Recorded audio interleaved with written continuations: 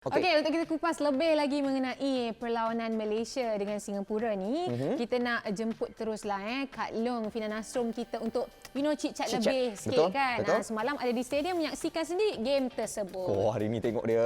Hai sister. Okey. Fina, baik.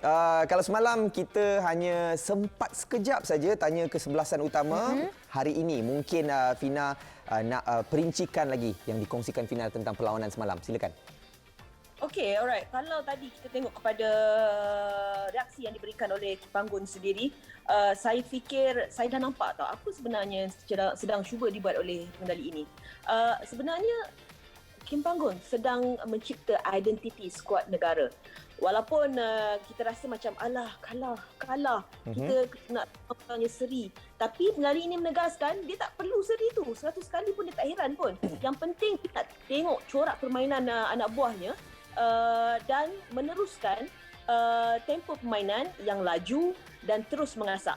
Jadi itulah yang cuba diterapkan oleh pengendali ini dan saya fikir dalam tempoh yang singkat ataupun lebih kurang sebelum Jun nanti, saya fikir Kim Panggun mungkin sudah pun bersedia ataupun berjaya menyiapkan pasukan yang sememangnya sedang dicipta ketika ini. Jadi mahu tidak mahu, kegagalan ke atas pasukan Singapura bukanlah sesuatu yang perlu kita tangisi ataupun perlu kita rasa kesal.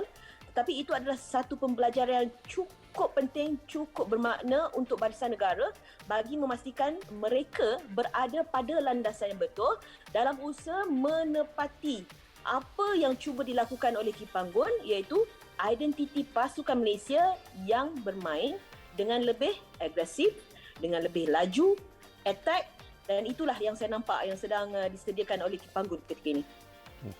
Okey, lepas tu kalau kita nak cakap mengenai penonton yang tengok kan. Sebelum ni kalau kita kalau kalah banyak kecaman yang diberikan, tapi kali ni saya tengok ada positif feedback yang diberikan oleh penonton. Fina rasa kenapa?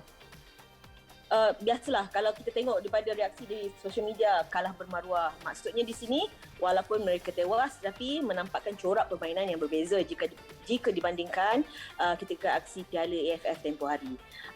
Saya tidak mahu menyentuh banyak tentang perbezaan tim sebelum ini dengan tim sekarang, tetapi apa yang kita perlu move forward sekarang ini adalah pembentukan pasukan negara yang sememangnya bakal melewati sesuatu yang lebih positif. Itu yang kita nak tengok. Tak kisahlah, ada juga yang mempersoalkan pengambilan beberapa pemain dan juga formasi yang diterapkan Panggun sendiri pada aksi di Stadium Nasional Singapura. Tetapi saya fikir pengendali ini, sekali lagi saya ingin menegaskan, pengendali ini sedang bereksperimentasi. Perkataan eksperimentasi ni cukup tidak suka didengar ketika era Datuk Khairul Gobal. Tapi hakikatnya itulah yang perlu dilakukan oleh jurulatih dalam mempersiapkan pasukan. Apatah lagi, Kim Panggun tidak memiliki masa yang banyak untuk bersama dengan pemain. Kalau contoh, menjelang pertemuan dengan Tri Nation ni, beliau hanya memiliki masa selama 10 hari saja untuk mempersiapkan pasukan. Tetapi dengan keputusan satu menang dan satu kekalahan, dengan corak permainan yang boleh kita berikan pujian, saya rasa kita boleh berikan satu tepukanlah untuk Kim Panggun bersama dengan pasukan beliau, di mana kita boleh mengharapkan perubahan yang lebih selepas ini. Dan itulah yang dijanjikan oleh Kim Panggun sendiri. Okey, Fina, bereksperimentasi itu adalah word yang digunakan oleh Fina. Fina berada di Singapura bersama-sama dengan mereka, satu kemenangan, satu kekalahan.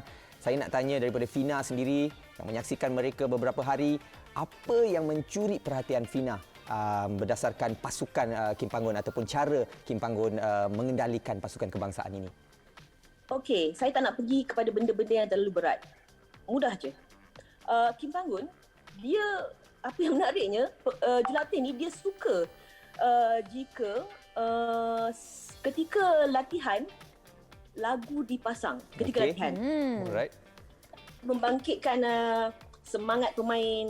Saya tidak kata mereka bermain dengan baik kerana ketika latihan mereka sering mendengar lagu, tetapi itu kelainan yang dapat dilihat. Itu yang paling, orang kata paling minimal lah. Dan jurulatih ini, walaupun kita tengok dia sebagai seorang yang begitu soft, cakap tunduk, begitu menghormati tetamu-tetamu yang ada, tapi sebenarnya beliau seorang yang cukup tegas ketika di dalam padang. Saya fikir inilah yang jadi kunci kepada skuad kebangsaan. Dalam masa yang sama, dia tahu untuk tackle pemain ketika di luar padang. Jadi ada pro dan cons, dan dari situlah timbulnya rasa respect di kalangan pemain kepada pengendali ini. Dan itulah yang perlu ada sebenarnya untuk dalam sebuah pasukan. Jika kurangnya respect daripada pemain kepada pendali, maka susahlah untuk jurulatih tersebut membina pasukan yang betul-betul bersedia untuk menghadapi apa juga cabaran, apa juga pasukan yang ditetapkan. Saya mengharapkan sesuatu yang cukup positif sebenarnya. Baik. Alright. Segera Semangat, satu Fina. pembawakan barulah Betul. dalam tim kan. Betul. Mood lain lah Kadang-kadang orang benda-benda kata. simple je, Betul. Faria. Bukan benda besar pun. Vibe dia tu. Vibe tu. Okey, Fina Okey. Nasrom, thank you so much untuk perkongsian anda. Jumpa di office nanti. Bye. Alright. Okey, saya teruja, saya semangat untuk meneruskan lagi kata orang tu dengan